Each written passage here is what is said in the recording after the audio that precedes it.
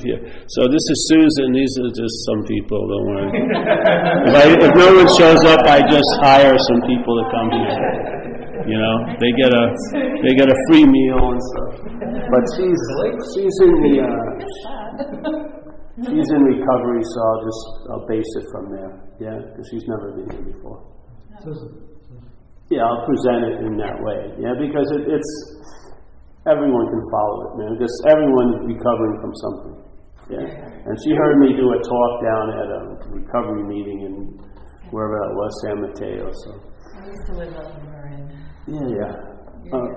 So the whole thing in recovery, truly, if you really want it, is the correct diagnosis. Yeah? And so the correct diagnosis, in my humble opinion, is that there is the root of the problem, which they present in the book, is as being obsession with self or excessive concern with who you think you are. Yeah? And that's its activity, but I don't believe that's the case. Yeah? And remember, those people only had 4 years when they put the book out. You know, there's people who have come after who've been sober a lot longer. Yeah? So what I found, and I didn't find it by understanding it. I understood it, and then I could see it. Yeah, something downloaded where I understood it, and then when I read it, I saw the understanding in it. Yeah, I hadn't seen the understanding by reading it, but something happened in my head, and then I understood it, and then I was just waiting to find ways that it was said, and it was like, aha, yeah? I found it in the big book, I found it in a couple other books, where before I would read those same statements, I had an understanding of it, but I didn't understand it to this point, to this level, let's say. And the level I mean isn't high or low, it means basically more relief. It became the basis for a lot more relief than the understanding I had before. So, all right. And it was crystallized in this one sentence, because I used to lead a workshop for 19 years in recovery on the fourth step. Every Monday night in San Francisco, as long as I was in the country. And I used to go around to different countries and do fourth step workshops. Yeah. All right, and so I had read this chapter, how it works, many, many times. But now, something illuminated the lines, and I mined a lot more information from them than I ever had before. This blows your mind, yeah? Because the mind just shifts, and then everything shifts. And if you follow that logic back, then everything's from mind, yeah? Literally, if mind shifts and everything shifts, then everything is from mind. So what happened was, there's this one statement that really got me.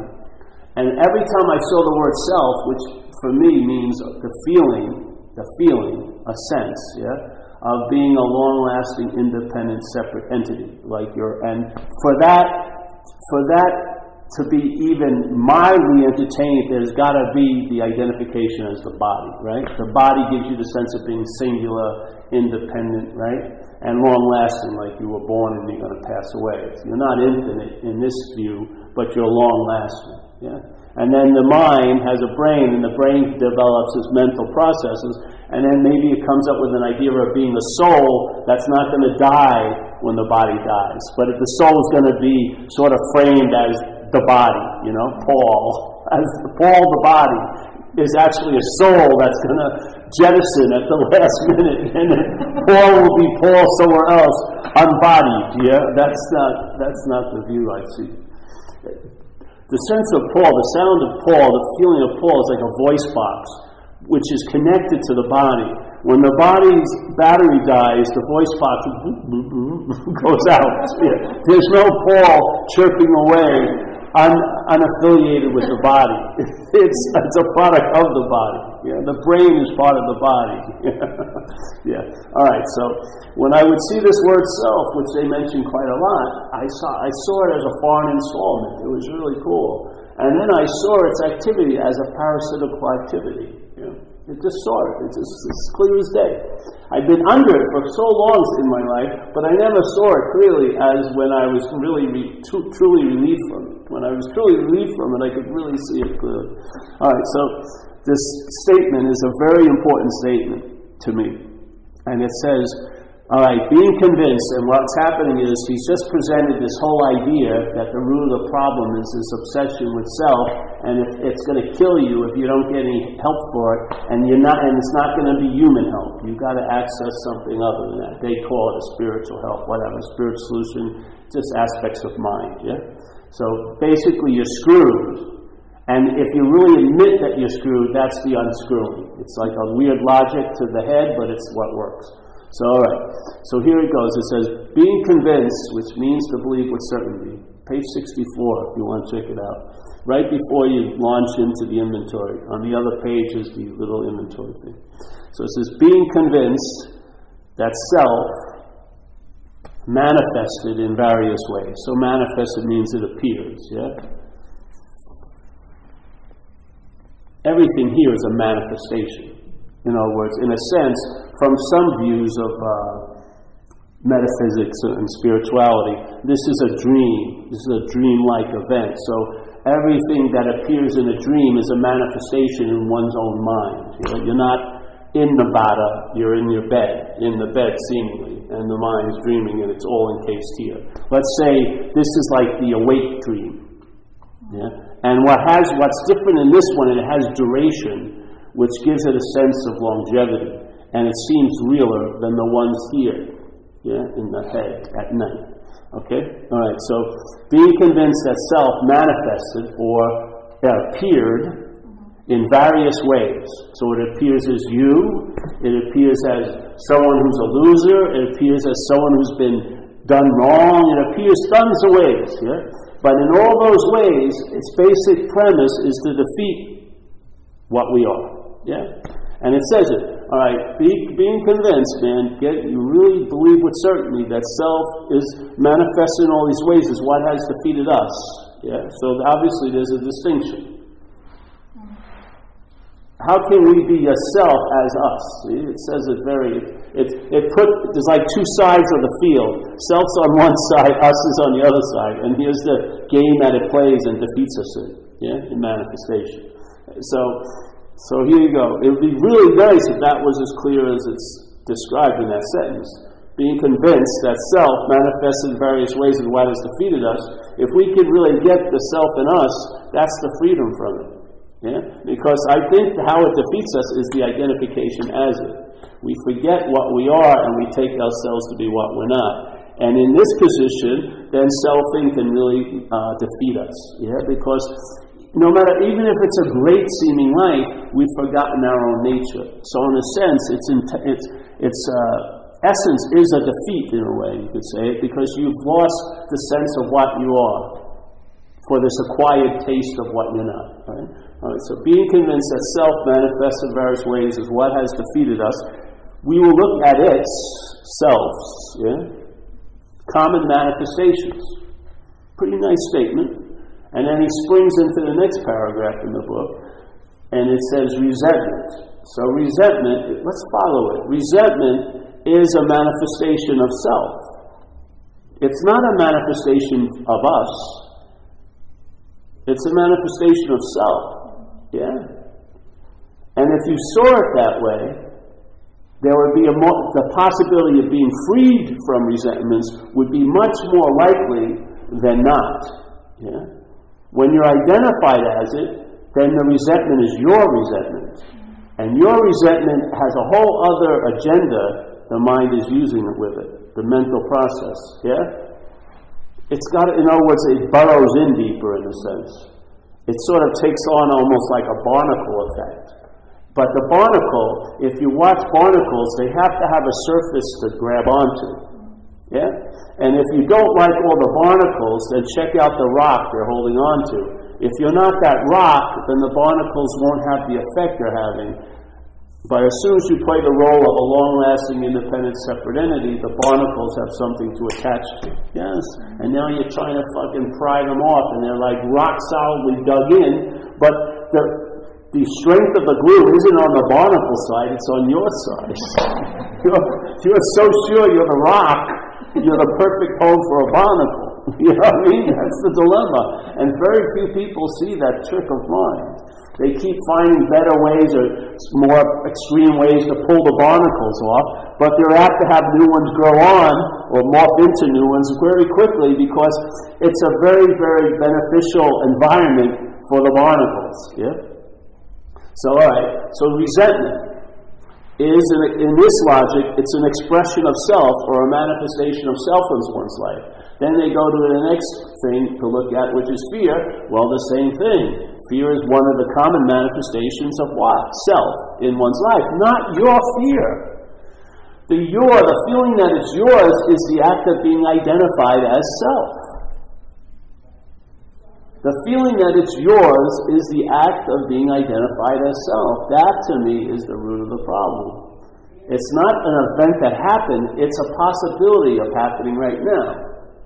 Yeah? Either you're identified as the self or you're not, in a sense. Yeah? And then there's some degrees where there'll be a remnant identification, which is fine because it navigates here, or an extreme identification, which is not too good. Yeah?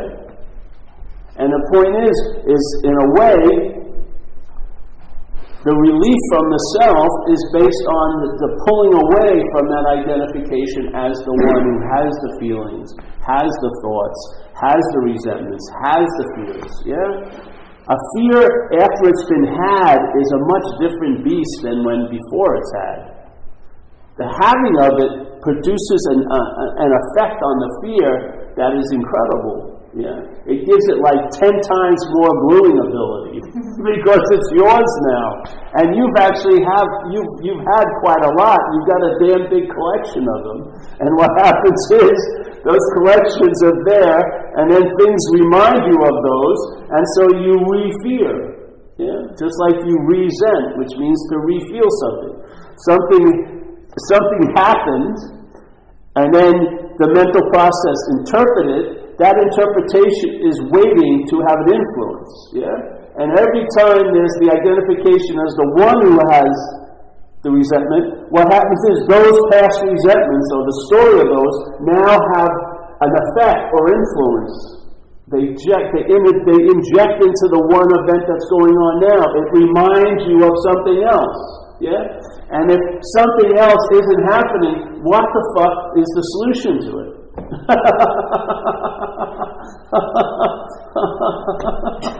Let's say you're in a house, everything's fine, but you have a memory of the last house you were in and was burning down.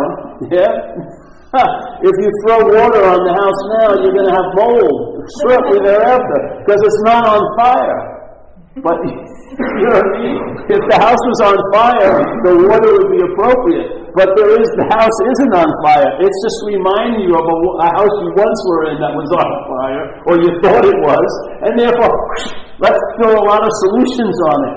And what happens is, the water, which is seen from the weird point of view, is as a solution, is the problem. Yeah? People don't see that, let's say they're really overly aware of what they believe people are thinking of them. So someone says something to them, and maybe there's 10% of truth in it, and they used to jack it up to 90%. Yeah?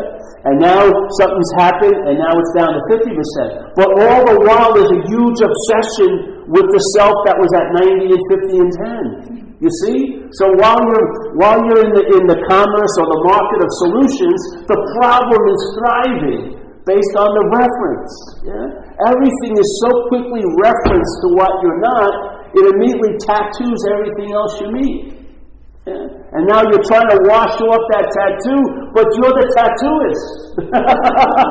You're just going to do another one on something else. Yeah? This is the sort of the dilemma, in a way. So if this is clear, hey, that these are expressions of self when you casually say at a meeting or with someone else, I'm trying to deal with my fears, maybe bring yourself up and entertain. They're not my fears. Yeah? They're fear. Yeah? As soon as they become my fears, that's a whole other ballgame. Yeah? A fear first of all, they're not even fear, because fear is a valid emotion based on a certain situation. If something's threatening you, adrenaline releases, and there's that emotion that's evoked or called fear. But most of us are producing tons of mental anxiety. We are. And the mental anxiety, its effects are happening now, but it's never about now, because right now there's no fucking threat in this room. The threat of you maybe being entertained, but I think that's passing quickly. There's no basic threat. Yeah? So the response would be, hey, chill out. If I don't like the guy, hey, it's a nice church, I'll go inside and look. But a lot of people come in, and they're contracted as hell because they're not responding to what's happening, they're reacting to what's not happening. And the reaction is never in what's not happening, it happens now. Yeah? So the contraction, a concern about yesterday, let's say you have a concern about yesterday. Yeah? It's not your concern, it's just a concern. You know how fast that's gonna dim down? As fast as yesterday dims down. Yeah? But now, there's yesterday, and it's my concern. I'm going to carry that over, and I'm not even going to leave it in yesterday. I'm going to use this moment to project it into a future tomorrow. Yeah? So this one bit of concern, which was probably appropriate at the time, now has been like elongated into time, and now you're concerned about tomorrow, the next day, the next day. When the concern, if it would have been left where it was, it would have diminished. But instead, it's claimed as yours, and now you breathe life into it, and your life is death, basically, and it's in time. Yeah. So now we're calling mental anxieties fear, and we're trying to find a solution, but the only solution to the effects of what's not happening is it's not happening. That's the clearest way to be free from it, is realize it's not freaking going on.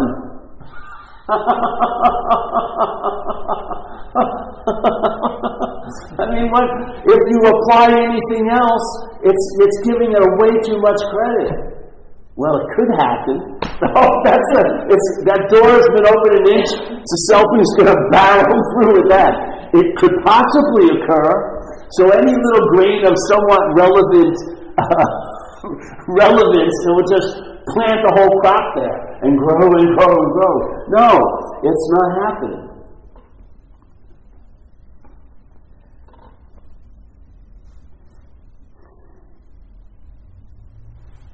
There you are. There's the solution. Now what happens? Find out. Yeah. You'll be weaned off of reacting to what's not going on, and you'll start responding to what's going on. And now, all your incredible ideas of what the problem was, you'll find out what the problem was by its dismissal. You'll be dismissed out of the problem, and from the solution, you'll know the problem. Yeah? But we're trying to know a solution from the problem. Yeah? The problem is what needs to be known, not a solution to it. Find out if the problem, if it's an imaginary problem, that's the solution. Yeah? If it's imaginary, that's the solution to it. So don't freaking, I've got so many solutions, that's a big problem. Yeah? Just see if the problem is actually true. If it isn't true, one of the first things that goes is the need for a solution. That's the solution. That's what works. If you acquire a solution, and you have it long enough, and it's your solution, it turns into the problem anyway, doesn't it? I sat all those years for the solution. Now I have bad knees, and I got, fucking hemorrhoids in my butt. It seems to produce a lot of problems by pursuing the solution. What? It's true. But look at the problem. Is it so? Then show me. Touch it, taste it, hear it, feel it, see it. No. Conjure it up, O great musician. Bring next Wednesday here and stuff it into tonight. And bring last Saturday and stuff it in here too. Let's see how many days we can get into this day. Yeah. Do you see it? Do you feel it? Do you taste it? a feeling may be provoked by memory, but you're not feeling it, like you said with that card. You're feeling the memory of it. Yeah. After that, once the memory has taken the place of the event, you're in mental land. There's no reality to that. It's just whatever it wants to use it for that day. It could pretend great things or the most dire consequences. The same memory. Yeah. It's all used to further something. So this isn't about gaining interest. It's the losing interest. Yeah? You lose interest in the self, like it says, it's one of the effects of the steps in recovery is you'll lose interest in yourself, in the self, and gain interest in the others. Yeah? That's sort of what happens. But you want to have a radical shift, is you lose interest in the self, and then you'll see, not only will you gain interest in others, you'll gain a lot of interest. And you'll see how it's spent. And I bet you how it's spent will be much more enriching in your day than how it was spent before. And so that instead of being enslaved, where let's say you find something you really look forward to happens, and only about 5% of you can show up, because the 95% of you hold into yesterday and tomorrow. Yeah? You think you can call all that back anytime you want? You're enslaved.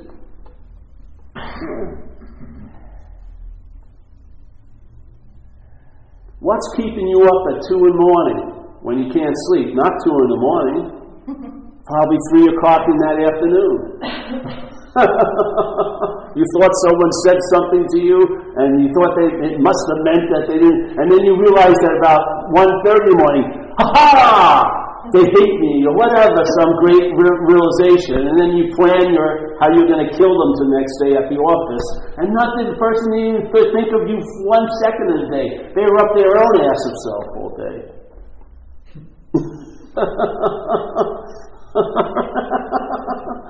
Man, get a taste for it. Find out what it's like not to be enslaved. Yeah.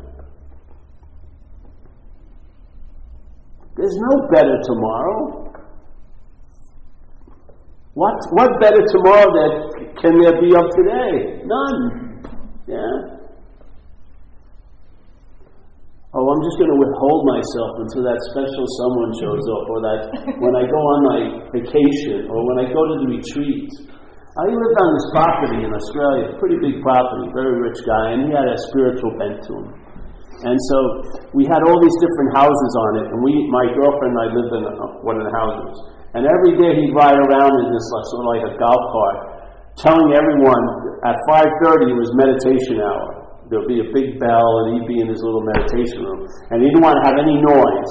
So from 4:45 to about 5:20, he'd be driving around chastising us, don't make any noise. So he was totally unpeaceful, with the hopes that he'd have peace if everyone would shut up at 5:30. But at 4:45, 4:46, 4:47, there was no peace to be had. Yeah? I mean, there was none. But he had this expectation he was going to have peace.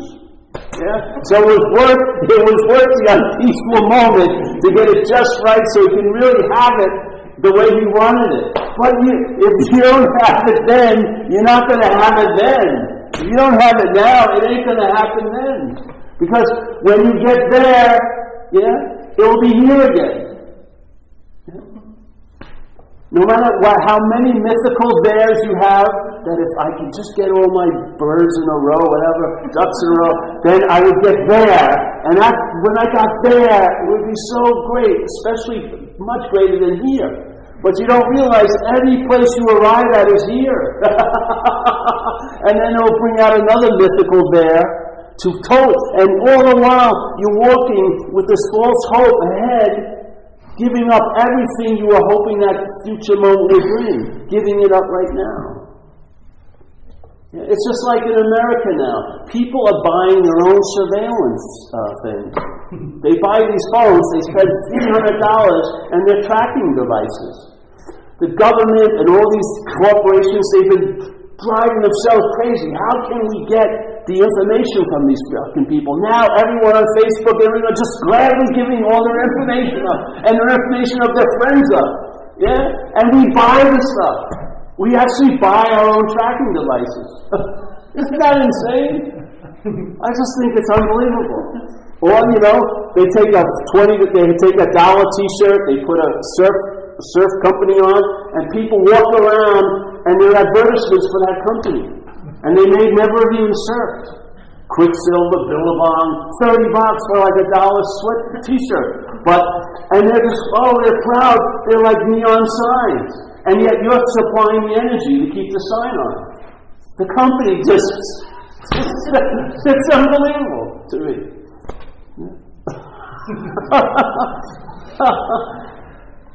This is about putting your freaking foot down. Look at the only place that is still unadulterated, that someone hasn't claimed and privatized and owned yet. Your experience. Go see. See from where does all the hearing arise. See what's behind everything I've ever seen. Follow it. Sound is a very good way to use. Use sound. Take sound and, like in this room, you hear something, yeah? Like a vibratory thing. It's not, you say it's in your head, but that's just the language referencing.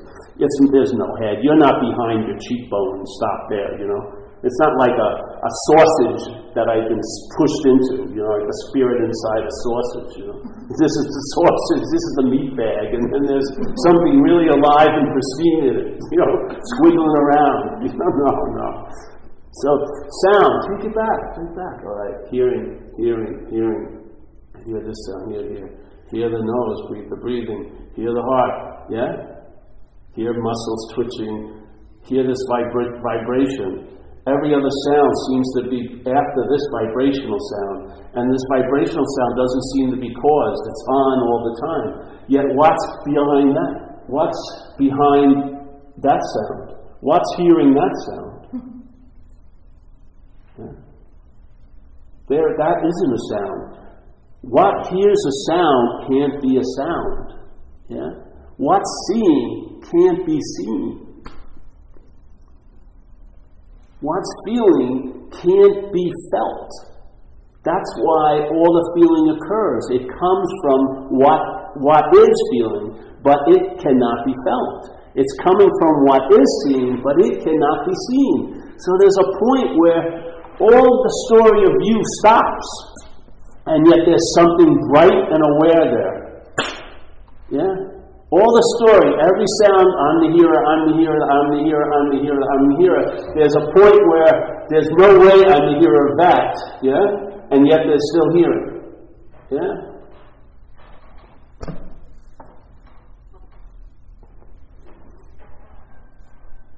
The mental process, the selfing, does a little like a gypsy dance move, yeah? It happens after the event of living, let's say conscious contact, but it implies that it was before the conscious contact. So it implies that it's the seer. Yeah? It's not saying it's the seeing, because that would be closer to the truth. It's claiming to be the seer, an objectified seeing, the seer. And so that's the story. Yet, you're being heard. The sounds of what you call you, the body, is being heard. Yeah? And then you believe you're hearing that? The voice that says it's you is being heard. And the voice that says it's you is being heard. And the voice that says it's you is still being heard. Yeah?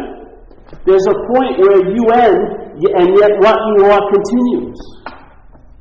Wouldn't you like to know that? Well, if you do, the beautiful news is you can't. And that's the beautiful news. That's putting down the ball. You can't freaking know it. You can't objectify what you are. Yeah? That's the beauty of it. You can't get your little dirty fingers on it. You can't claim it. I remember I had this guru when I was young, and then I had a bad event, or whatever, a good event. I got run over by a car twice one night. Ended up in the hospital. And in the hospital, I went into hallucinatory states quite a lot. Maybe it was the drugs they had me on, who knows. But my mind was tripping, big time. And it would go into realms, and I had certain qualities. I could fly through people. And what I did is I flew to a big event he was leading in Florida. And I flipped the people in the room around because I was flying around the circumference of the room, and I started flying through people. Everyone was getting upset. But I landed on the dive where he was, and I looked at him, and like telepathic, I was saying, "What's the fucking truth?" You know? And he looked at me with this little wry smile, and he says, "You're too complicated to get it." And the sadness of that fact swept over me like thousands and thousands and thousands of years of sorrow. It was unbelievable. I realized all the way I seemingly am built can't embrace that. All my gauges can't pick it up. All my barometers can't infer it. I can't embrace it. I can't grab it. I can't hold it. Yeah? In other words, there's a total irrelevance to my reference point. My reference point is why I'm not noticing it, why I'm not luxuriating in it, in a sense. And it was so true, it just destroyed me in that freaking thing. One of the most deepest experiences I ever had, and it wasn't in this seeming world. But I came out of it, and that was such a beautiful answer, because I finally came to know it down the road. That the way we're built, the what you're taking yourself to be, can never, ever get it. It's always going to make it something. Always. Yeah? And the referencing is so fast, it's always going to have its gun out before you pull yours. That's the news. That's the good news. Yeah? So you stop looking, you stop looking, and you'll start seeing. You'll see from it instead of looking for it. Yeah? It'll dawn on you, just by recognizing what you're not, what you are will start taking precedence in this experience. Yeah? You'll be weaned off of the values put in time. Just weaned off it, with no thought or effort on your part. You'll just freaking realize how insane it is. Yeah? Without studying a book about the insanity, none of that. It will just dawn on you. And the dawning and dawning and dawning and dawning. And all the things you were struggling with, you realize they're vanquished by no struggle at all. It's just seeing. It's just seeing. The mind itself, right where you seem to be, is it. That's the possibility. Yeah. So I always like to look at what we're not, because you can look at what you're not. You can see how the sense of self is reinforced and promoted and assumed and implied. You can see that, yeah, because you're not it. You can see the making of a you. And if you see the making of a you, the A won't drop out. You'll see the making of a you. It won't become the making and then you. Yeah? The making and then the leap into you. There'll be the whole process, which is the making of a you. But you'll see it. Not from the making, and then you. If you see the making as you, that's self-knowledge. It's going to avail you freaking nothing. Yeah? But if you see the making of a you, that's clear. Yeah? And if you don't buy it, it's a you. And it comes and goes like every other fucking feeling and thing and mental process. Yes? It's insinuation that you're a long-lasting, independent, separate entity, stops holding water. It's insinuation that you're the doer of all your actions, stops holding water. The insinuation, the implied, the reference that you're the thinker, the hearer, the feeler, the taster, the toucher, it just weakens and weakens and weakens. Yeah? And then you're here because you cannot be possibly anywhere else. Now you're not trying to get into the moment that you cannot possibly be out of, and you're not trying to get out of what you cannot possibly be in. You're not trying to get out of self, and you're not trying to get into the moment. Okay? You realize you are in self, and you realize you are the moment. There's not one moment that you haven't been in this life, not one. I don't care what condition you were in. The only reason there was a moment is because you were there. It works, I'm telling you. Entertain the possibilities. Your mind's constantly entertaining. Throw some new bait in there. It's fucking biting the same old bait and turning into that same historical fish, and you're caught every fucking day. It's boring. Specialness, uniqueness.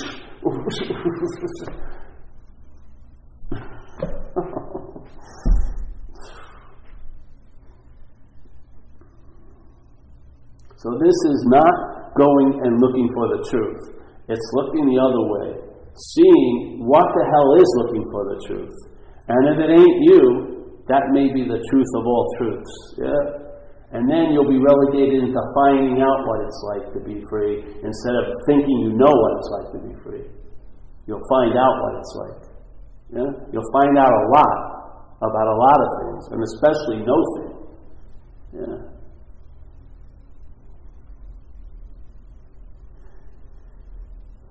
You can feel it in the room now, eh? It's like a pause, like a pregnant pause. It's like your little mental egg is ready to crack.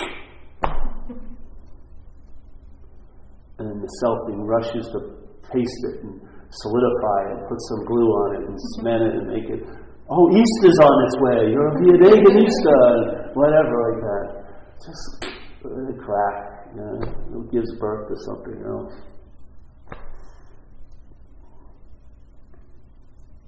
Unleash the Kraken. Unleash the Kraken!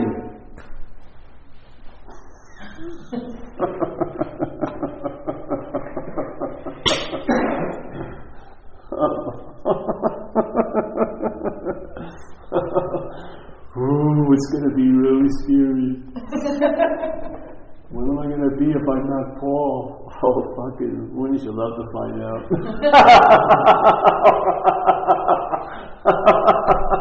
The tread's off that tire, man. It'd be a flat if you stopped blowing your fucking air in it. Let it flatten out and put on a new one. Yeah. There's a resentment, something to be observed and let go, or just a resentment that just has no weight and just shouldn't exist? Well, if it had no weight and shouldn't exist, there wouldn't be a resentment. So if you have a resentment, do what we do in AA, yeah? Take a look at it. It brings you to the exact nature of the wrong, and you'll probably see that it's an expression of a mental process called selfing. And at that moment, if it's being honored as a real thing, you're worshiping at that temple. Your mind is of selfing. It's good to notice. Yeah? Yeah. Yeah. What's having the resentment is a memory itself. The sense of self is a memory. And a resentment, like you gave me that card, is to re-feel something. What is that feeling? It's been memorized. It's been memorialized, made into something, and now it's used to sort of neuter your life because everything that arises just refers to something you believe once arose. Yeah?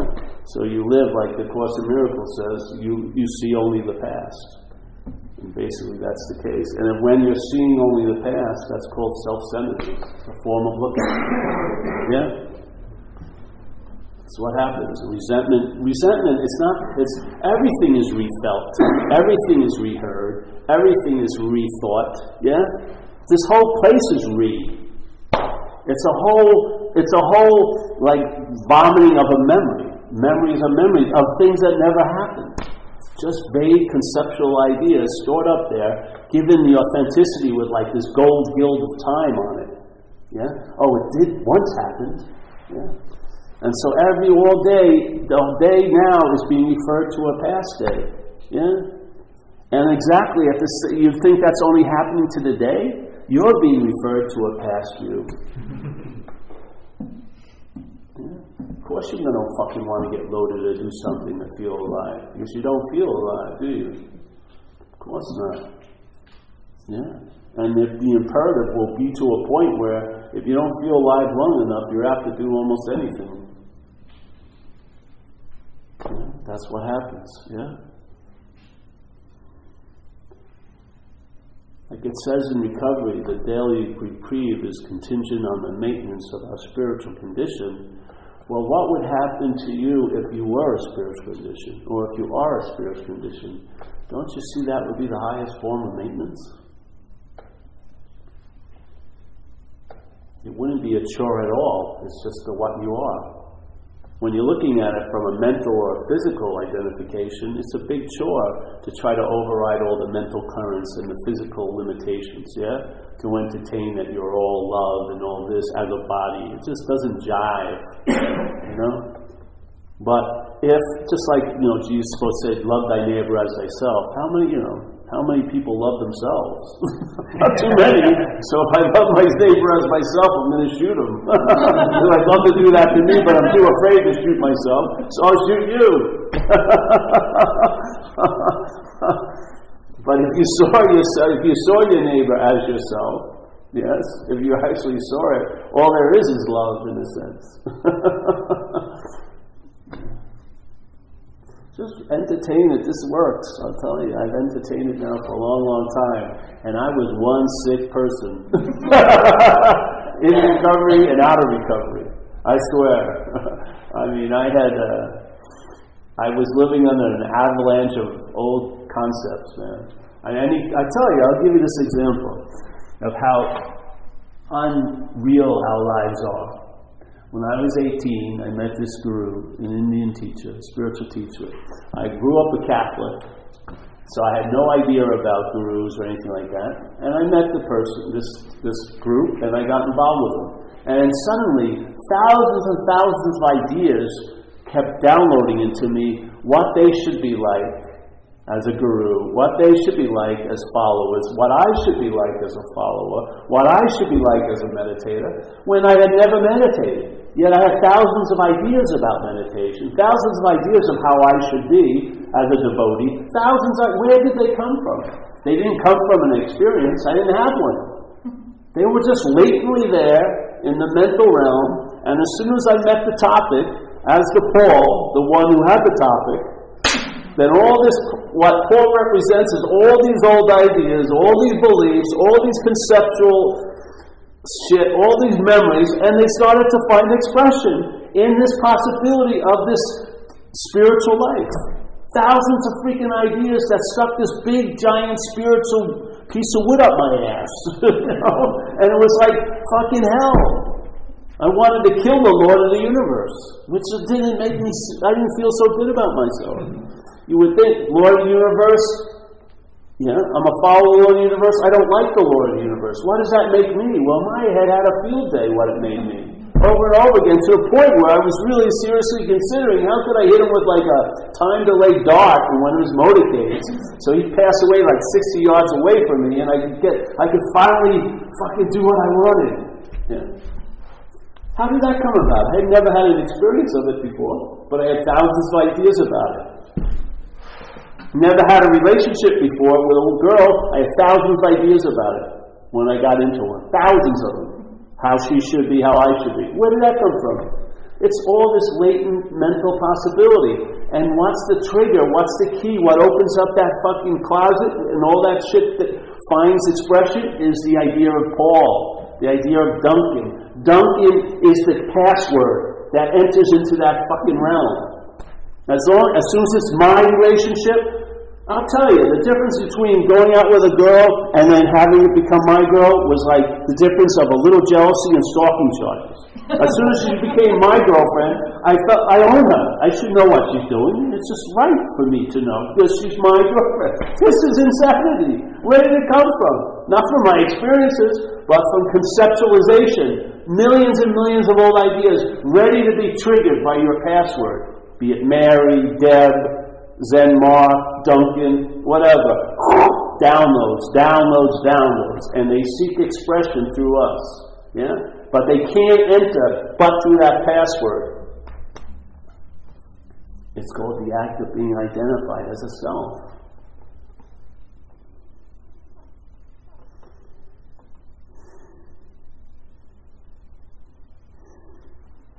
People have this noble idea that certain activities are immune to it, like spiritual practices. Baloney. As soon as you become a meditator, you don't know what the hell is making up with all the meditation you're doing. It could be making up a huge freaking story that you're going to be bound to. It has no respect for any freaking thing here. It uses whatever it comes in contact with to further its own aims. Yeah. And if its own aims is to make us splash. It's like a parasitical movement. It doesn't have a life. It grabs the one that you make possible. Yeah.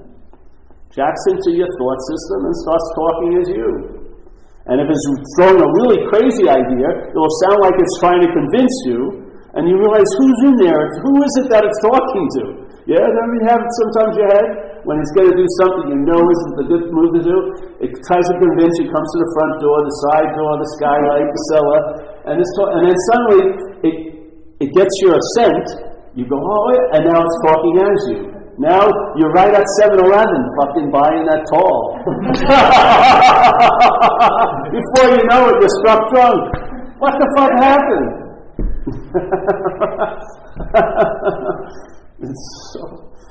There's an immunity, man. There's an immunity to the bondage of self. There is. It's available. Not to you, but as you. Yeah. So, that's it. I gotta go change my tire. Gotta